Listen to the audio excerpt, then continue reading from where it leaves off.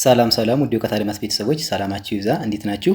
በዚህ ቻናል አማርኛ፣ እንግሊዘኛ፣ ሂሳብና ሌሎች ትምህርቶችን በኢሞ፣ በቴሌግራም፣ በዋትሳፕ እና በጉግል ሚት ከጀማሪ እስከ ከፍተኛ ያሉ ተማሪዎችን እያስተማርን እንገኛለን። ስለሆነም በየትኛውም ዓለም ሆናችሁ መማር የምትፈልጉ +251ን እያስቀደማችሁ በ978409273 ደውላችሁ በመመዝገብ በቀጥታ መማር ትችላላችሁ። ዛሬ ይዤላችሁ የመጣሁት አረፍተ ነገር መመስረትና ማንበብ ነው የሚሆነው። ስለዚህ ሁላችሁም ሀሳባችሁን ሰብስባችሁ ደብተርና እስክሪብቶ ይዛችሁ እንዲሁም ቪዲዮን እያቆማችሁ በመጻፍ ተከታተሉኝ። ወደ ክላሳችን ሳልፍ ስንት ሰዓት ላይ ትነሳለህ? ጥያቄ ምልክት።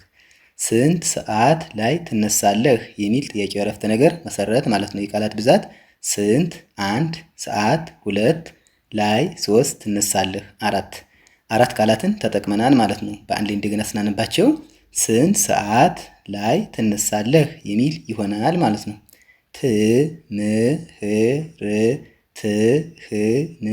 ትምህርትህን ግን ታጠናለህ። ጥያቄ ምልክት። ትምህርትህን ግን ታጠናለህ የሚል ጥያቄ አረፍተ ነገር መመስረት ቻል ማለት ነው። የቃላት ብዛት ከተባል ትምህርትህን 1 ግን 2 ታጠናለህ 3 ቃላትን ተጠቅመናል ማለት ነው። በአንድ ላይ እንደገና ስናነባቸው ትምህርትህን ግን ታጠናለህ የሚል ይሆናል ማለት ነው። የቤት ስራችሁን ትሰራላችሁ። ጥያቄ ምልክት። የቤት ስራችሁን ትሰራላችሁ የሚል ጥያቄ አረፍተ ነገር መመስረት ቻል ማለት ነው።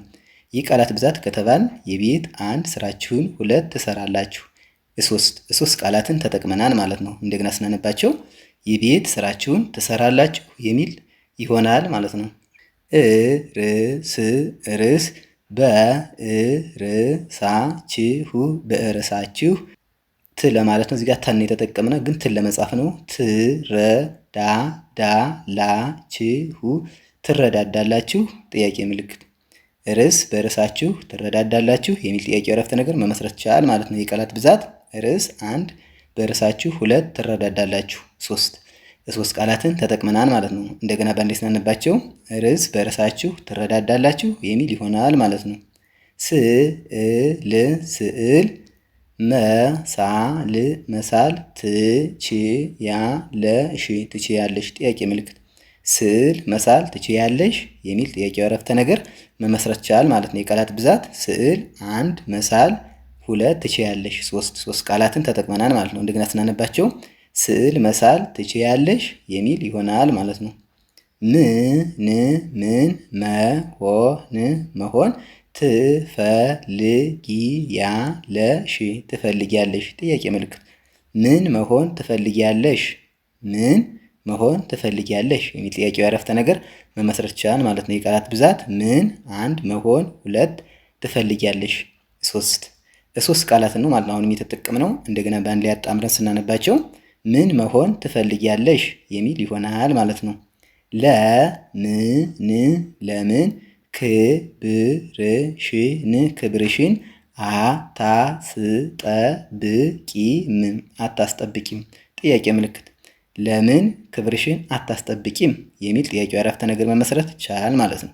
የቃላት ብዛት ለምን 1 ክብርሽን 2 አታስጠብቂም 3 ቃላትን ተጠቅመናል ማለት ነው። እንደገና ስናነባቸው ለምን ክብርሽን አታስጠብቂም የሚል ጥያቄው አረፍተ ነገር መመስረት ቻል ማለት ነው። የዛሬ ክላሳችን ይህን ይመስላል። ቪዲዮውን እያያችሁ ላይክ፣ ሼር፣ ሰብስክራይብ በማድረግ ቤተሰብ ሁኑ።